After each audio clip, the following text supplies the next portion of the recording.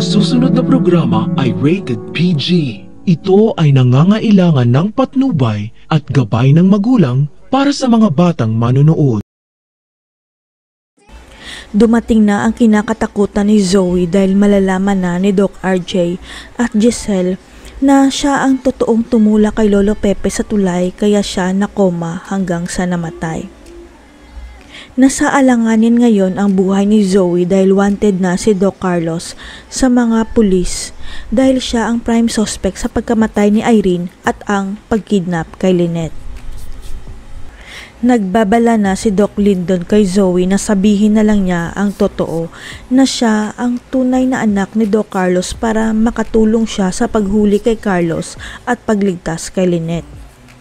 Ayon kasi kay Doc Lyndon, malaki ang posibilidad na ilalaglag siya ng sarili niyang ama sa oras na mahuli si Doc Carlos kaya mas mabuti sana na siya na lang ang umamin. Pero ayaw ni Zoe malantad ang sikreto niya dahil iniisip niya na masisira ang buhay niya sakaling isiwalat niya ang totoo na si Doc Carlos ang tunay niyang ama at hindi si Doc RJ.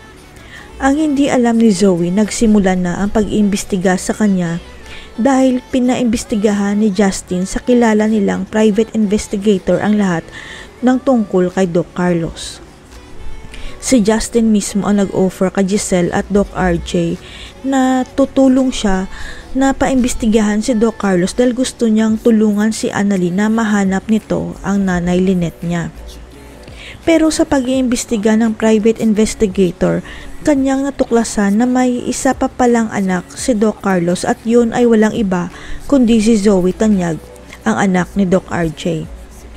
Hawak ni private investigator ang birth records ni Zoe na nagpapatunay na si Doc Carlos ang kanyang ama dahil si Carlos ang nakapirma sa birth certificate ni Zoe.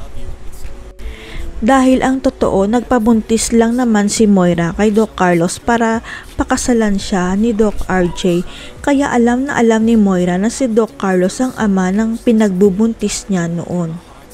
Kaya nang naipon na ni private investigator ang lahat ng mga ebidensya tungkol sa tinatagong sikreto ni Doc Carlos na anak niya si Zoe, nagkipagkita kaagad siya sa mga tanyag.